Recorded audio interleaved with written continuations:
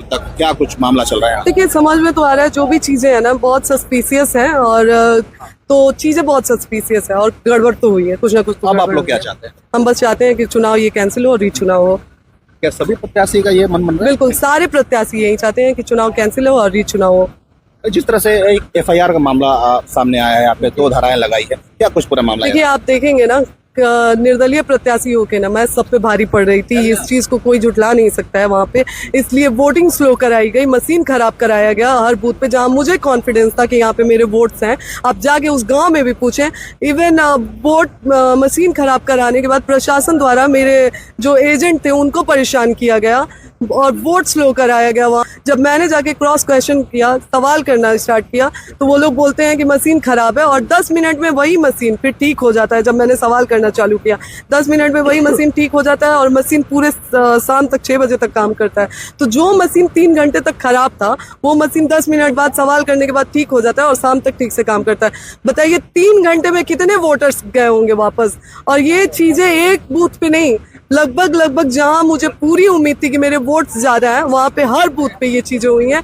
आप जाके पूछे, वो कौन सा गांव था जहाँ हम लोग कहते थे, धनवार में जाके पूछे, वहां पे जो मेरे बूथ एजेंट थे, वहां पे मेरे बूथ एजेंट को मतलब फोर्स द्वारा परेशान किया गया। इवन वहां पे कुछ हाथापाई भी हुई थी मेरे एजेंट पे। तो आप जाके ये चीजें जरूर सवाल करें वहां के लोगों से। तो ये ऐसी चीजें हो रही थी। ये जो 2 धाराएं लगाई गई हैं यहाँ पर, क्या कुछ लग रहा है? परेशान करने का देखिए, प्रयास? ये इस धाराओं का कोई मतलब नहीं बनता है, क्योंकि आप बोल रहे हैं कि सरकारी काम में उल्लंघन। मैं अपने होटल में बैठी थी, मैं आपके सरकारी आवास पे नहीं गई थी और सरकारी ऑफिस में नहीं गई थी। होटल में मैं अपने बैठ के सरकारी काम का उल्लंघन कैसे कर सकती हूँ? और ये कहाँ से दिया गया है कि आप एक महिला प्रत्याशी के पास पी के जाके और सवाल अभद्र भाषा का इस्तेमाल करेंगे? शराब पिए हुए? जी बिल्कुल, वहाँ पे वो ड्रिंक किए हुए थे और अभद्र भाषा का इस्तेमाल किया जा रहा था। जब मैंने कैमरा ऑन करना अपने लोगों से बोला कि कैमरा ऑन किया जाए, रिकॉर्ड किया जाए, तो फिर उन्होंने भी कैमरा ऑन किया और काफी काम डाउन होके उन्होंने फिर बात करना स्टार्ट किया। तो ये मैं बस इसलिए शॉक्ड हूँ कि जब मुझ जैसी महिला, जो मैं एक निर्दलीय प्रत्याशी के रूप में खड़ी होके और लड़ रही हूँ, तो जब मुझ जैसी महिलाओं के साथ ये हो रहा है, तो आम महिलाओं के साथ क्या होता होगा? चलिए। ज्योति सिंह ने लगाया बहुत बड़ा आरोप। जहां दोस्तों आप लोग बिल्कुल सही सुन रहे हैं कि इलेक्शन कमीशन के ऊपर बड़ा आरोप लगाया जा रहा है कि जिस ग्राउंड में ईवीएम मशीन रखा गया था वहाँ पे किसी तरह के सीसीटीवी कैमरा फुटेज नहीं है, नहीं वहाँ पे। आज देखिए, रात में पूरी तरह से खेला होने के बाद में आज दिन में वहाँ पे कैमरा लगाया जा रहा है।